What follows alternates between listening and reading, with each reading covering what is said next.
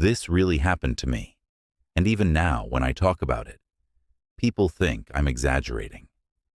But the truth is, it was my life, and the scars from it are still very real. I'll never forget the night I realized my own blood had stolen everything from me. It happened in the dining room of my sister's house in Dallas. The oak table, polished so smooth it reflected the chandelier above, became the battlefield. Around it sat my brother, my sister, her smug husband, and my own mother, faces I thought I could trust. On that table was a folder. Inside it were the legal documents proving the transfer of my inheritance, my father's company, our family land, and the retirement savings he'd left behind. They had signed it all over, cutting me out completely, and they weren't even ashamed. My brother smirked when I asked why my sister said I wasn't responsible enough, and my mother just sat there silent, letting them gut me alive. If you genuinely enjoy our stories, please subscribe to the channel. Tell us where you're from and what time it is right now. It's always fascinating to know how far our story flows. I was 56 years old, tired from decades of hard work, and I suddenly realized I had nothing left, not because of strangers, not because of mistakes I made, but because my own family had conspired against me. I left that night humiliated, broke and shaking with anger. For weeks, I couldn't eat. Right. I kept replaying it in my head. The glint in my brother's eyes, the way my sister leaned back, like she was finally rid of me. The hollow silence of my mother's approval. I had spent my whole life being the dependable one, the sibling who covered the hospital bills, who bailed them out when they fell short, who fixed the broken fences on our father's land. And this was my reward. But the betrayal had teeth. It gnawed at me until I started noticing things I hadn't before. The sudden upgrades in my sister's house, new granite countertops, a gleaming Mercedes in her driveway. My brother bragging about buying a rental property in Austin, even though his job barely paid enough to cover rent. And my mother, who'd always pleaded poverty, suddenly had her prescriptions covered and a new plasma TV on the wall. They were living on what was supposed to be mine, what was supposed to fund my retirement, secure my health, and keep me afloat after a lifetime of sacrifice. At first, I thought I was powerless. They had the papers, the signatures, the legal proof that I had supposedly given up my share. But then something nagged at me. I never signed anything, not one damn sheet. That meant the documents were forged. That realization lit a fire in me I hadn't felt since I was a young man. The humiliation turned into resolve. I started digging first, quietly, checking public records, digging through old files, even talking to my father's former lawyer, who had handled the original estate documents years ago. The deeper I dug, the more rot I uncovered. What I found made my stomach turn. My brother had contacted a notary who signed off on documents without ever witnessing them. Sister had filed amendments to my father's will using her husband's law connections in Fort Worth. And my mother, my own mother, had written a letter declaring that I had verbally relinquished my share of the inheritance. A blatant lie. They thought I would never fight back. They thought at 56 I was too tired, too weak, too beaten down to take on a legal war. But they had underestimated me.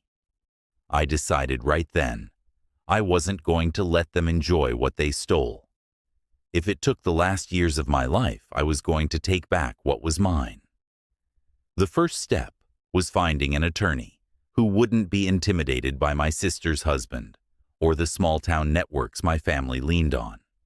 I drove down to Houston, where I knew they had less influence, and met with a lawyer named Anthony Delgado. He was sharp, tough, and most importantly, he hated bullies. When I laid out the forged documents, the suspicious timing of the transfers, and the sudden wealth my siblings flaunted, He leaned back in his chair and said, "They screwed up big time. If you want to fight, he'll help you burn them to the ground." That was the moment I knew I wasn't just a victim anymore. I was coming for them. I started gathering every scrap of evidence, old emails, text messages, financial statements. I kept a notebook where I wrote down everything I remembered about the conversations we'd had before my father passed. Late at night, when sleep wouldn't come, I pieced together a timeline of their betrayal. Every detail became another weapon, but revenge isn't clean. It's messy, slow, and it eats at you. As I prepared my case, I still had to see them at family gatherings, pretending everything was normal. My sister would smile that smug smile across the table. My brother would pat my shoulder, like I was too dumb to know what was happening. And my mother. She looked at me with eyes that said she had already chosen her side. I played along. I smiled back. I asked about their kids. I drank their wine. And all the while, I built the arsenal he'd used to destroy them. The first crack came sooner than I expected. One evening, while flipping through the county's online deed records, I found a property transfer form with my signature on it. But the signature didn't match, at least, not to anyone who actually knew me. It was sloppy, inconsistent, and worst of all for them, dated on a day I had been in Chicago for a work conference. I had plane tickets, hotel receipts, and even photos with colleagues to prove it. That single document could unravel the whole scheme. I remember sitting at my kitchen table, staring at that discovery, my hands trembling. Not with fear, but with something sharper satisfaction. It was the first domino, and when it fell, I knew the rest of their house of lies would come crashing down. But what I didn't realize yet, what I would only learn later, was how far they were willing to go to keep what they stole, and just how ugly the war between us was about to become. I remember clutching that printed deed record in my hands, like it was a weapon. In many ways, it was proof that I wasn't crazy, proof that they had conspired against me, proof that I had been wronged. But even more than that, it was the key to unlocking everything else. The next morning, I drove down to Anthony Delgado's office in Houston with the folder under my arm. He looked at the pages, squinting at the signature, and then flipped to my receipts from Chicago. Slowly, a grin spread across his face. "They're sloppy," he said. "Your brother and sister think they're smarter than they are. This isn't just fraud, it's felony fraud. With the right push, we can prove conspiracy and bring criminal charges." The word felony rang in my ears. I hadn't even let myself think of it that way. Yet, I'd only been focused on what I'd lost. But now Delgado was painting a bigger picture. This wasn't just about money. This was about justice. And if I played my cards right, it could mean more than getting back what was mine. It could mean watching my family collapse under the weight of their own lies. For weeks we worked in secret. I pulled my credit history, traced wire transfers, and dug into every suspicious change in the families. Financial records I could access. Delgado hired a private investigator who unearthed connections between my sister's husband's law firm and the shady notary my brother had used. Piece by piece, the puzzle came together, but secrecy came at a cost. I had to keep up appearances, had to keep going to Sunday dinners at my mother's house, had to act like I was still the weak, defeated man. They thought they'd broken. Every dinner was torture. My brother would slap me on the back, bragging about his new investment properties while my sister showed off jewelry that could have paid for a year of my mortgage. My mother just sat at the head of the table pretending nothing was wrong. One night after everyone had left, I stayed behind and cornered her in the kitchen. "Why did you do it?" I asked her. My voice shook, not from fear, but from heartbreak. "Why did you let them cut me out? I was there for you. I was there for Dad. I never asked for anything. She wouldn't meet my eyes. She kept drying dishes, her hands trembling. Finally, she muttered, "You're too much like your father, always questioning, always demanding fairness." They said it was easier this way. Her words burned into me. Easier for who I snapped, for them to steal everything while you look the other way.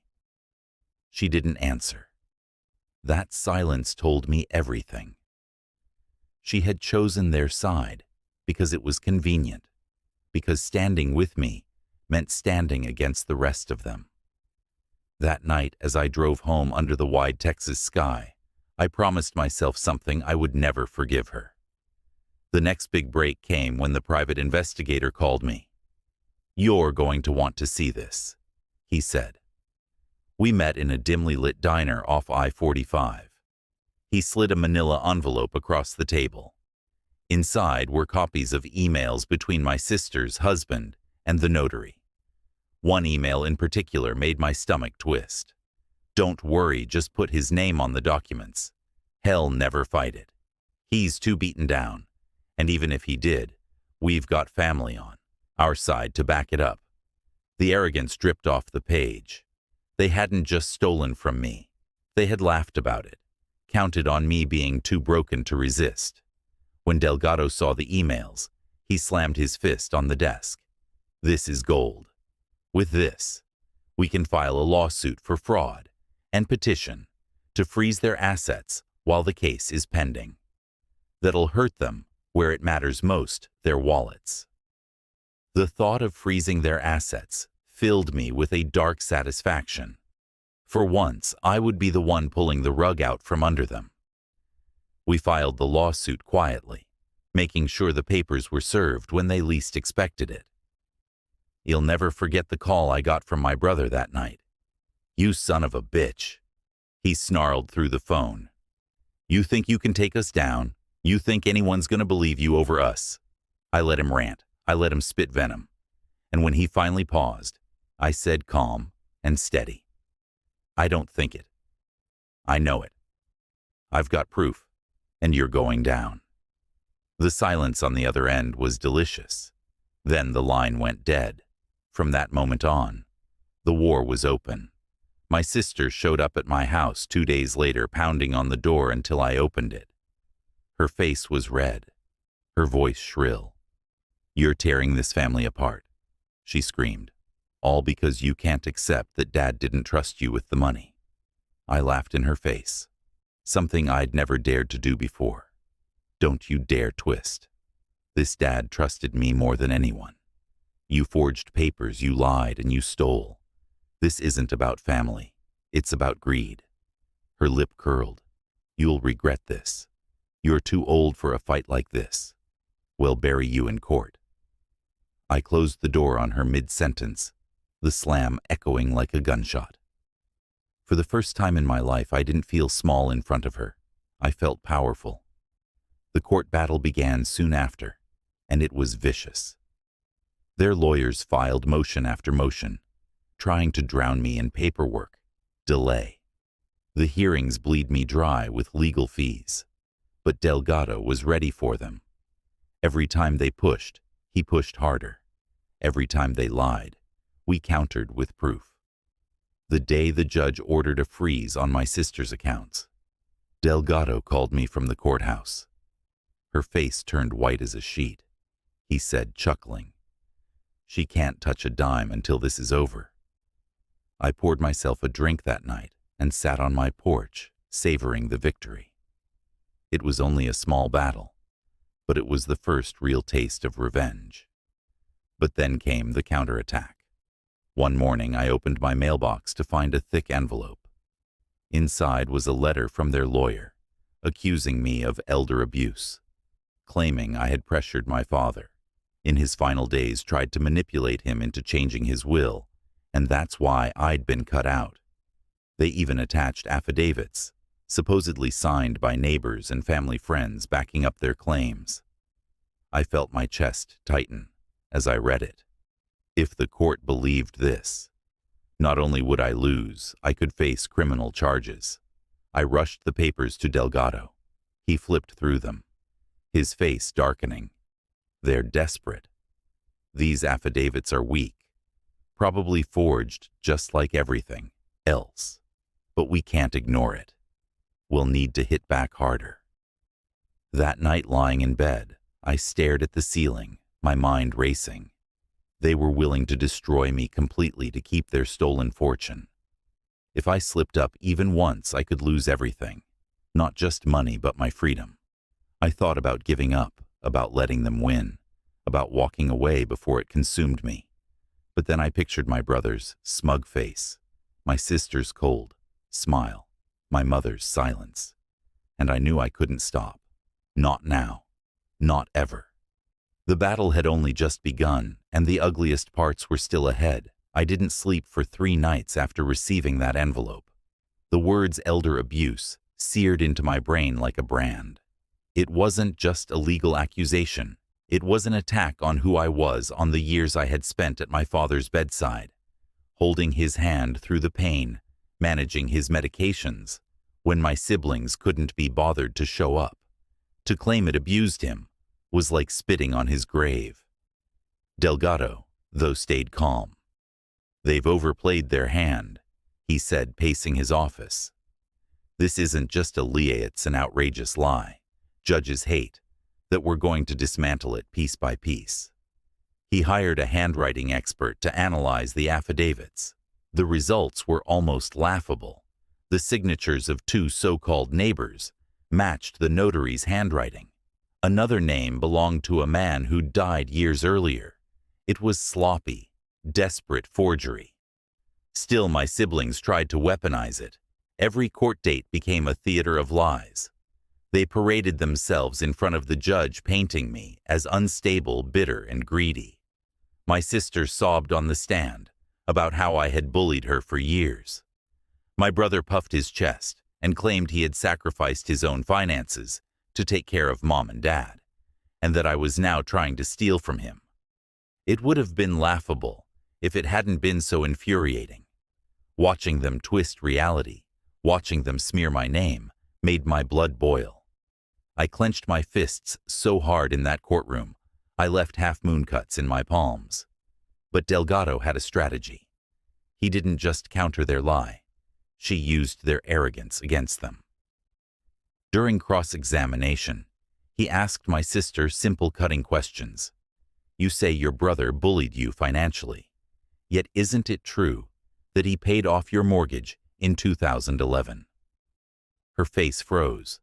And isn't it also true that he co-signed the loan for your husband's failed business in 2014? She shifted in her seat, her eyes darting toward her lawyer.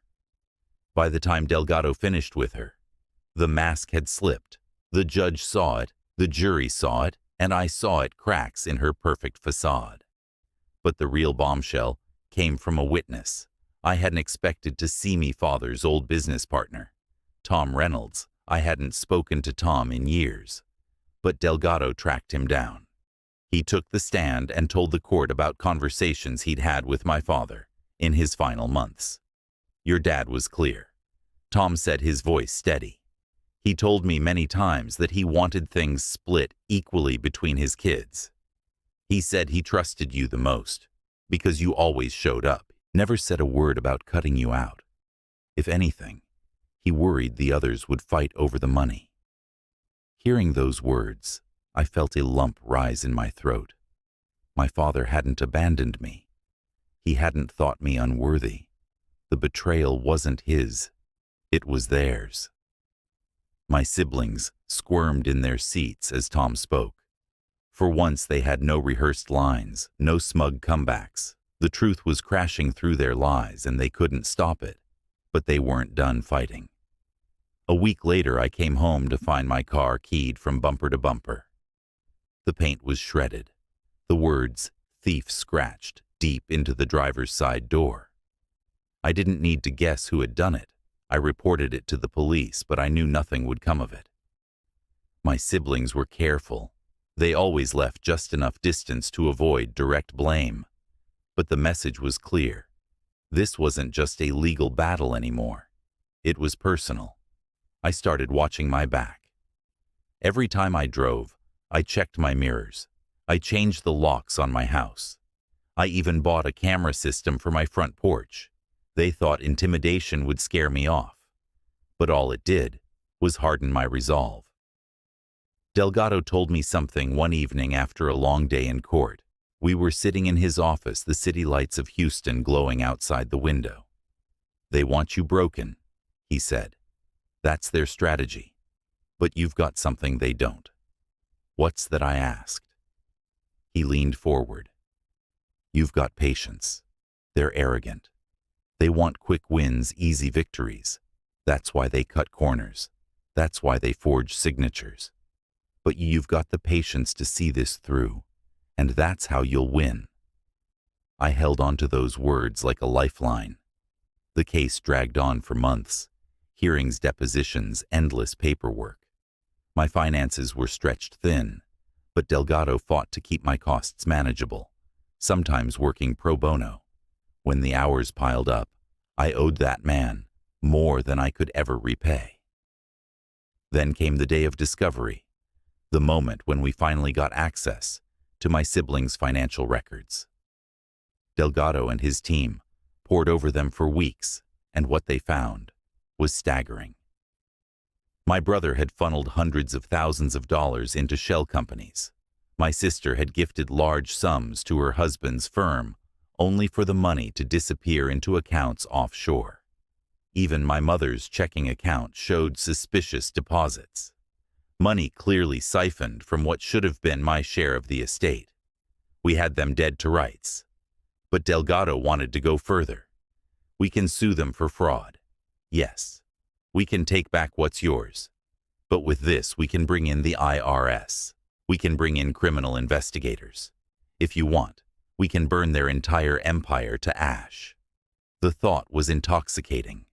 Not just reclaiming my share, but watching their entire world collapse around them. But it also scared me. They were my family, after all. My flesh and blood. Was I really prepared to destroy them completely? I wrestled with it for days. The anger in me screamed, yes. The boy inside me, the one who still remembered Christmas mornings and family barbecues, whispered, no. But then, one night as I sat alone in my house, I got a voicemail from my brother. His voice was slurred, angry, probably drunk. "You'll never win." He spat. "Even if you do, you'll die alone. Nobody's on your side. Not Mom, not us. You're nothing. You've always been nothing." I played that voicemail over and over, each word a dagger, and by the time the sun rose, my choice was made. I wasn't just going to take back what was mine. I was going to make sure they never stole from anyone again. The voicemail from my brother haunted me for days, but not in the way he intended. Every time I heard his slurred voice, spitting those words, "You're nothing. You've always been nothing," it didn't weaken me. It solidified something in me. I wasn't nothing. I had been their scapegoat, their mule, their quiet, dependable sibling who always picked up the slack. But now I was their reckoning. Delgado could see it in me the next time we met. He leaned back in his chair, studying me carefully. "You've made up your mind, haven't you?" I nodded. "We burn it all down. Every lie, every stolen dollar, every false friend they bought along the way. They wanted a war. Anthony, let's give them one." He smiled grimly. "Good. Then it's time we bring in reinforcements." That's when he introduced me to a forensic accountant named Denise, a no-nonsense woman with sharp eyes and sharper instincts. Denise had built her career, tearing apart complex financial webs. She looked over the records my siblings had provided and gave a low whistle. "This isn't just sloppy," she said, flipping through page after page. "This is criminally stupid. Offshore accounts, unreported transfers, shell companies in Nevada. They thought nobody would look close enough." I asked her how long it would take to unravel everything. She smirked. "Long enough to make them sweat, but not long enough for them to hide what's left. They've already left. Too many breadcrumbs. For weeks, Denise worked day and night sending me updates that made my stomach churn. My brother had drained nearly $500,000 through a fake construction business. My sister's husband had billed legal fees to the estate that went straight into his personal account. And my mother. God, my mother. She had signed off on loan guarantees that tied her finances directly to theirs. She wasn't just complicit, she was knee-deep in the scheme. I wanted to feel pity for her, but all I felt was rage. The day Delgado filed the amended complaint, adding charges of racketeering and tax fraud, was the day my siblings realized the game had changed. I could tell, because the phone calls started again. Not angry ones this time, begging ones. My sister called first. "We can work this out," she pleaded, her voice syrupy sweet. "You don't want to drag this through the mud. Think about Mom. Think about the family name." I laughed into the phone. "You should have thought about that before you forged my name and stole my future." Then I hung up. A week later, my brother cornered me in the parking lot of a grocery store in Dallas.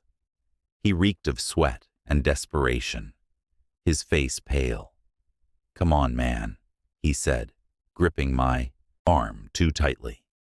"We're brothers. We can figure this out. He'll cut you in 50 grand cash. Just walk away." I yanked my arm free and stared at him. 50 grand. That's your idea of justice. You stole hundreds of thousands. You spat on Dad's memory, and you think you can buy me off like some stranger in an alley. His jaw tightened, his eyes narrowing. "If you do this, there's no coming back. You'll tear this family apart." I leaned in close, my voice low and cold. "You already did." The look on his face as I walked away, part fear, part fury, was worth more than any cash he could have offered. But the war was just heating up. The court ordered depositions, and that's when the real cracks began to show. Sitting across from my sister, I watched as Delgado grilled her with calm, deliberate precision. "Mrs. Carson," he said, sliding a bank statement across the table, "can you explain this $75,000 transfer from the estate account to your husband's firm, marked as consulting fees?" She shifted in her chair, her voice shaky. That was for legal advice." Delgado leaned forward. "Legal advice that coincidentally ended up funding your husband's new vacation home in Galveston." Her lawyer objected, but the damage was done. Sweat beaded on her forehead. My brother fared no better. When Delgado presented him with the forged deed record and asked where he was, the day I was in Chicago, his excuses unraveled fast. "Don't remember," he stammered. Delgado pounced. "You don't remember. Because according to this, you were in Fort Worth signing documents as your brother, while he was 900 miles away, in Illinois. Should I show the court the plane tickets and hotel receipts?" My brother's face turned red, his mouth opening and closing like a fish out of water. Watching them squirm was satisfying, but it wasn't enough. Not yet. I wanted the final blow, the one that would strip them of everything they'd built on lies. That moment came when Denise discovered a series of tax filings that didn't add up. My sister's husband had failed to report nearly $300,000 in income over 3 years, funneling it through dummy corporations, the kind of fraud the IRS loves to sink its teeth into. Delgado called me into his office. The documents spread out like a battle map. "With this," he said, "we don't just win civil damages. We sick the IRS on them. Once that ball starts rolling, they'll be lucky if they walk away without prison time." The thought of my smug brother in an orange jumpsuit, my sister's husband stripped of his license, my mother forced to face the consequences of her silence. It was almost too much to process. But even as I savored the image, a cold voice in the back of my mind whispered, "Are you ready to be the one who destroys your family?" I stared at the documents for a long time before answering. They destroyed themselves. I'm just finishing the job. And so we pulled the trigger. The amended filings went public, and within weeks federal investigators were circling, subpoenas went out, accounts were frozen, and the local gossip mill exploded.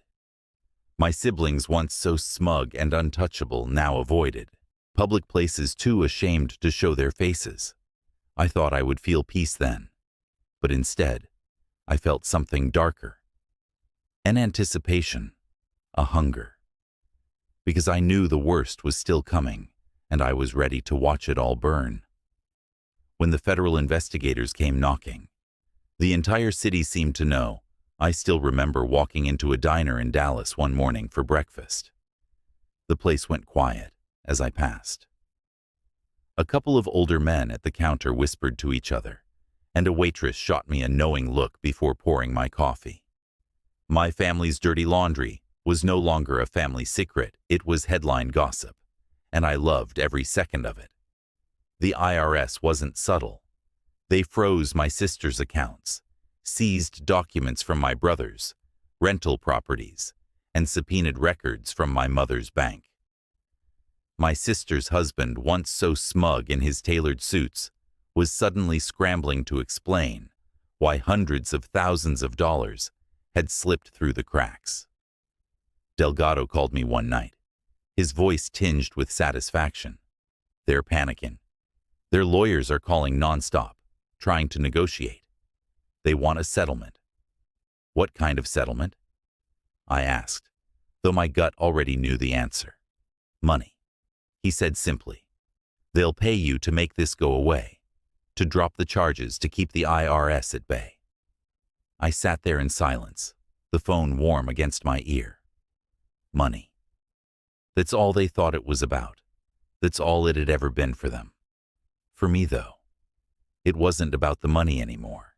It was about the humiliation, the betrayal, the way they had smirked while gutting me alive across that oak table. How much, I finally asked. They floated 200 grand, Delgado said, tax-free wired immediately. 200,000, a life-changing sum for many people.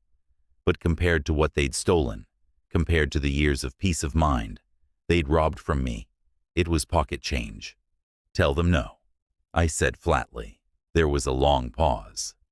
Then Delgado chuckled. I was hoping you'd say that. That refusal lit a fuse. My sister showed up at my house 2 days later, pounding on my door like a woman possessed. When I opened it, she shoved past me into the living room, her eyes wild. You're insane, she hissed. You're really going to drag this family through the mud for what? So you can feel righteous. You'll end up with nothing but ashes. I stood calmly watching her rant until she finally spat the words that sealed her fate. Dad never wanted you to have it. That's why we did what we did. You were weak and you would have wasted it. The lie was so brazen, so blatant. I couldn't help but laugh. Funny, I said, pulling out my phone and pressing play. The audio of Tom Reynolds, my father's old business partner, filled the room. He told me many times that he wanted things split equally. He trusted you the most. Her face drained of color. She realized in that moment the walls were closing in. She stormed out without another word, slamming the door hard enough to rattle the windows. The depositions that followed were brutal. Denise's forensic work painted a damning picture of every hidden account, every forged paper trail. The IRS investigators corroborated her findings, piling on more pressure. And then came the day of the criminal hearings. I sat in the gallery of the federal courthouse in Fort Worth, watching as my brother, my sister, and her husband shuffled in with their lawyers. My mother wasn't there. She was too frail to attend, though I suspected it was more about cowardice than health. The judge laid out the charges in stark detail: wire fraud, tax evasion, forgery, conspiracy. Each count like a nail being driven into their coffins. My brother's lawyer tried to paint him as naive a man, led astray by others. My sister's husband claimed it was all a misunderstanding, a matter of poor accounting practices. My sister wept, dramatically playing the victim, saying she only signed what her husband told her to. But the evidence was overwhelming. The forged signatures, the offshore accounts, the emails, the recordings. Every lie they told crumbled under the weight of proof. When the judge denied their motion to dismiss and set a trial date, I watched the three of them whisper frantically to their lawyers. For the first time in my life, I saw fear in their eyes. I thought it would satisfy me, and in some ways, it did. But it also terrified me, because I knew this wasn't just going to end with them losing money. Prison time was on the table. My brother, the same boy I'd played football with in the yard. My sister, the girl I once carried, piggybacked down to the creek in summer. Even my mother, though shielded, wasn't untouchable. That night alone in my house, I poured myself a drink and stared at the ceiling. The question gnawed at me was, I truly ready to watch them fall this far? The answer came a week later, when I received a letter in the mail. No return address, but I knew the handwriting. It was my mother's. Inside was a single page. Her words were short, blunt, and cruel. You should have accepted what we gave you. You're selfish. You're destroying this family for your pride. I wish you had never been born. I read that letter over and over, my hands shaking. The one person who should have stood by me, the one who should have protected me, had chosen them. Not just chosen, but damned me in the process. Something inside me hardened that night.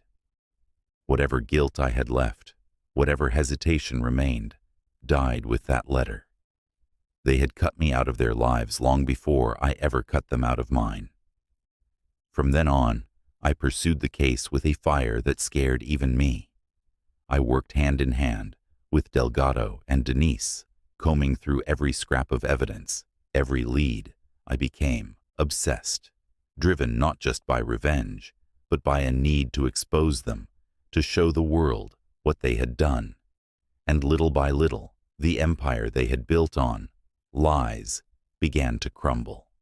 Their friends stopped answering their calls. Their church whispered behind their backs. My sister's husband lost clients. My brother's tenants refused to pay rent. Once they learned the government was freezing his assets, I had thought revenge would be a single momenta hammer, blow one act of justice, but instead, it was slow, deliciously slow, a steady peeling away of their dignity, their pride, their illusions of power. And yet, even as I savored it, I knew the climax hadn't arrived. The real reckoning was still coming. By the time summer rolled around, the cracks in my family's armor had become gaping holes. What once looked like an unshakable fortress of wealth and influence now resembled a condemned house shutters, hanging loose, the foundation rotting beneath it. My brother's rental properties were in shambles. Tenants refused to pay because they knew he couldn't enforce eviction with his assets frozen. My sister's husband walked into the courthouse one morning in a cheap suit that hung on him like it belonged to another man. His designer clothes had been repossessed or sold, and my sister, she stopped showing up to church entirely, unable to face the whispers, the stares, the cold judgment of a community that once envied her. I thought he'd relish their downfall more than I did. But the truth was, stranger. Watching them unravel was satisfying, yes, but it was also exhausting. Every court date, every headline, every late-night phone call from Delgado chipped away at me too. Revenge wasn't clean, it coated everything in soot, and yet I couldn't stop. Not now. The trial date loomed closer and preparations became relentless. Delgado and Denise were like generals before a battle, strategizing over every document, every witness. I was their soldier, ready to take the stand and tell my story to a jury of strangers. One night, Delgado sat across from me in his office, a legal pad in his lap. "You need to understand what's coming," he said. "Your sister's husband will try to break you on cross-examination. He'll call you bitter, vengeful, unstable. He'll paint you as a man obsessed." I smirked grimly. "He's not wrong about the obsession." Delgado shook his head. "It's not about truth, it's about perception. You need to stay calm, no matter what he says. The jury needs to see you as the steady one, the honest one." "Can you do that?" I hesitated. Then I thought about my brother's voicemail, my mother's letter, my sister's lies, and I nodded. I can. The weeks leading up to trial were a blur. I barely slept. Every time I closed my eyes, I imagined standing in that courtroom facing my family across the aisle. The fear that it'd choke, that it'd falter, haunted me. But beneath it was something stronger. The hunger to finally end this war. And then days before the trial, I got an unexpected visit. I was sitting on my porch in Dallas when a car pulled up. Out stepped my sister alone, without her husband, without her lawyer. She looked smaller than I'd ever seen her. Her shoulders hunched, her face pale. "Can we talk?" she asked softly. I let her in, though every instinct screamed at me not to. She sat on the couch, wringing her hands, her eyes darting around like a trapped animal.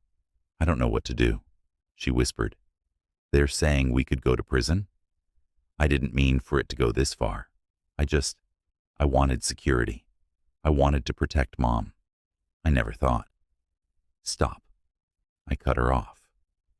My voice was colder than I intended. "You forged my name. You stole from me. You looked me in the eye and told me I was weak. Don't stand here and pretend you're innocent." Tears welled in her eyes. "Please can't we make this go away? We're still family. The word felt like poison on my tongue. "You stopped being my family the day you signed those papers," I said. "The only thing left between us now is justice." She sobbed, begged, even tried to grab my hand, but I pulled away. Eventually, she stumbled out the door, her cries echoing down the street. For a brief moment, guilt flickered in me. She was my sister after all. We had shared childhood secrets, laughed over summer nights, built forts in the backyard. But then I remembered the oak table, the folder, her smug smile, and the guilt turned to steel.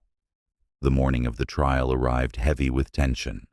The federal courthouse in Fort Worth loomed over me like a cathedral of judgment. Cameras flashed outside, reporters shouting questions. Inside the courtroom buzzed with hushed voices. I took my seat behind Delgado, my heart pounding. Across the aisle sat my brother, my sister, and her husband. My brother avoided my eyes, staring at the floor. My sister looked hollow, her face drawn. Her husband, though, still tried to wear that mask of arrogance, whispering sharply to his lawyer, sneering at me when our eyes met. The prosecution laid out their case first, methodical and brutal. Forged documents, hidden accounts, unreported income. It was all there laid bare for the jury. Witnesses testified, including Tom Reynolds, who once again spoke of my father's wishes. Denise explained the financial webs with the precision of a surgeon, cutting through every lie they had built. And then it was my turn. As I walked to the stand, my legs felt heavy, my throat dry. But when I sat down and raised my hand to swear the oath, something shifted. I wasn't just a victim anymore. I was the voice of truth. I told the jury everything. About the oak table, the folder, the smirks, the silence. About discovering the forged documents. About the voicemail, the letter, the years of being the dependable sibling only to be betrayed in the end. My voice cracked at times, but I never broke. I let them see my pain, my anger, my resolve. And when I finished, the courtroom was silent. The cross-examination came hard, just as Delgado warned. My sister's husband's lawyer tried to paint me as bitter jealous, desperate for money. Isn't it true? He sneered that you're only here because you squandered your own life and now want to cash in on your siblings' success. I stared at him calm and steady. I'm here because they stole. I'm here because my father trusted me and they betrayed that trust. This isn't about money. It's about justice. The jury's eyes stayed on me. I could see it in their faces. They believed me. When I stepped down, Delgado gave me a small nod. You did good, he whispered. The trial stretched for days, each moment a tug-of-war. But the tide had turned. My family's lies were exposed. Their empire reduced to rubble before 12 strangers and the eyes of the community. And when closing arguments ended and the jury left to deliberate, I sat in that courtroom with my heart in my throat, knowing the end was near. The reckoning I had dreamed of for years was finally at hand. The jury deliberated for 2 days. 48 hours of agonizing silence, broken only by restless pacing and sleepless nights. I barely ate. I barely spoke. I sat in a hotel room in Fort Worth, staring at the phone like it was a bomb that could go off at any second. When the call finally came, Delgado's voice was calm, but electric. Verdicts in get to the courthouse. I drove in silence, my knuckles white on the steering wheel, my heart pounding so hard I thought it might burst. Outside the courthouse, a crowd had gathered, reporters, curious onlookers, even old neighbors who wanted to see the family drama play out in public. Inside, the atmosphere was suffocating. The courtroom felt smaller than ever, the air heavy with anticipation. My brother sat hunched over his face, pale, his hands clasped like he was praying. My sister stared straight ahead, her eyes reed-rimmed. Her husband tried to look confident, but the twitch in his jaw gave him away. When the jury filed back in, every sound seemed magnified. The scrape of chairs, the shuffle of feet, the creak of the wooden floor. The foreman stood holding the verdict forms. On the charge of wire fraud, guilty. My stomach clenched, but I didn't look away. On the charge of tax evasion, guilty. A sob escaped from somewhere behind me. On the charge of forgery, guilty. The words rang like a church bell, final and absolute. And on the charge of conspiracy to commit fraud, guilty. I let out a breath I hadn't realized I was holding. My hands trembled, my vision blurred with tears. For the first time in years, I felt vindicated. My sister buried her face in her hands, her shoulders shaking.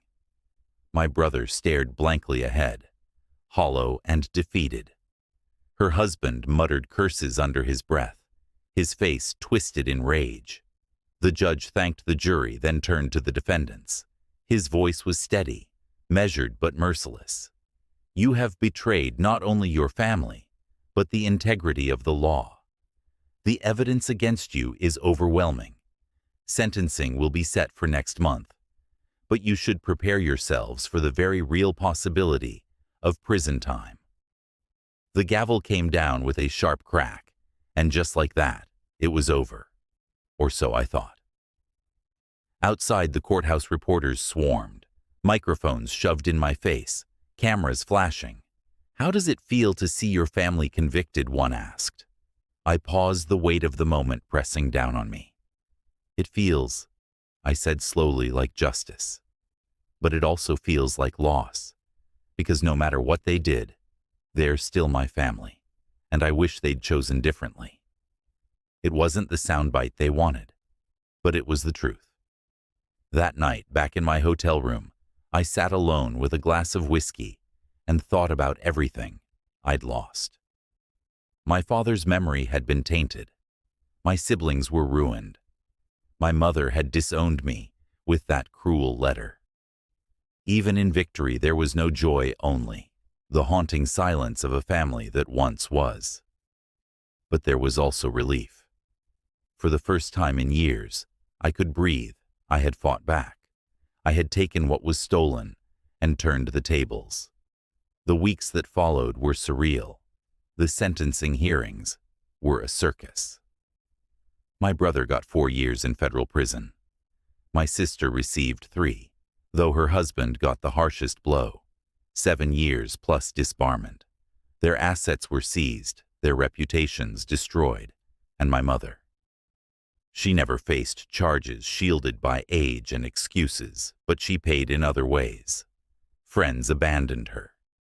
The church she once held in her grip turned cold, and though she never wrote me again, I heard from others that she grew bitter, isolated and angry at the world. I reclaimed my share of the estate, what was rightfully mine. The money was substantial enough to secure my retirement, enough to rebuild the life they had tried to strip away. But more than the money, it was the principle. It was proof that I had not been weak, that I had not been nothing. Still, revenge is a double-edged sword. Even as I savored their downfall, I couldn't escape the ache inside me. Holidays came and went with no phone calls, no family gatherings. The house that once held laughter now stood quiet. The siblings who once played with me in the yard were gone, not by death, but by betrayal and consequence. One night, months after the sentencing, I drove out to the family land. The fields stretched wide under a Texas sky streaked with stars. I stood there breathing in the scent of earth and grass, remembering my father's voice, his steady hands guiding me through chores as a boy. "This will be yours one day," he had said, and now it was. But at what cost? I knelt in the dirt, my hand pressed to the ground, and whispered, "I did it. Dad, I took it back. I made it right." The wind stirred, rustling the tall grass, as if the land itself was answering. I rose, brushing the dirt from my knees, and looked out over the fields. Justice had been served. Revenge had been taken. But peace was something I wasn't sure I'd ever find again. As I turned to leave, the silence pressed in around me, heavy and endless, and I knew with a chill that sank deep into my bones that the echoes of this war would follow me for the rest of my days. In the weeks after the sentencing, life felt strangely hollow. I had spent so long fighting, planning, gathering evidence, and preparing for battle, that when the dust finally settled, I didn't quite know what to do with myself. The war was over, but the scars it left behind cut deep. I went back to my home in Dallas, to the same kitchen table where I had once sat, shaking with rage, clutching forged documents and wondering how to fight back. Now that table was covered in letters from banks, legal notices of seized assets, and official papers confirming my ownership of the family land and what remained of the company I had won on paper. I had everything I'd fought for. But at night, when the house grew quiet, I realized what I'd lost was far greater than any sum of money. The phone never rang with my brother's voice on the other end. My sister, locked away, had no way to call, even if she wanted to. And my mother, well, her silence was the loudest wound of all. She was still alive, still only a short drive away.